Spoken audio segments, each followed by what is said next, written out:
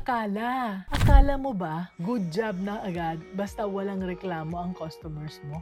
Anak, that was the exact belief of Eunice, the owner of a general merchandise store. Dati, ang sukatan niya, simple lang. Kapag walang complaint, okay. Pero kapag may nagreklamo, bad job. Sounds easy, di ba? Pero hindi yan fair, anak, at hindi rin nakakatulong. This affected her business, and Eunice realized na kailangan niya ng clear performance criteria.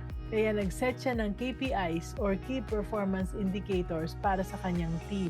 For cashiers, speed and accuracy sa pagbabayad. Para sa stock clerks, inventory accuracy and tamang shelf replenishment. For sales assistants, customer service and upselling. Siyempre, nung una, hesitant ang team niya.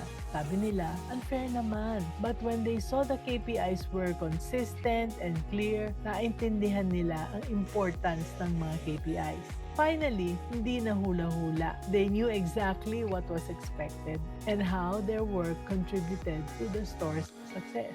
And you know what happened? Everything changed. Mas naging consistent ang work, mas motivated ang employees, at mas satisfied ang customers. Yung tindahan nila became more organized and sales steadily improved. Kaya ito yung lesson, anak. Hindi pwedeng akala lang. Kaya when you define clear performance criteria, you give your team direction and you give your business stability. Diba mas maganda yon? Let's be business-minded, Pinoy.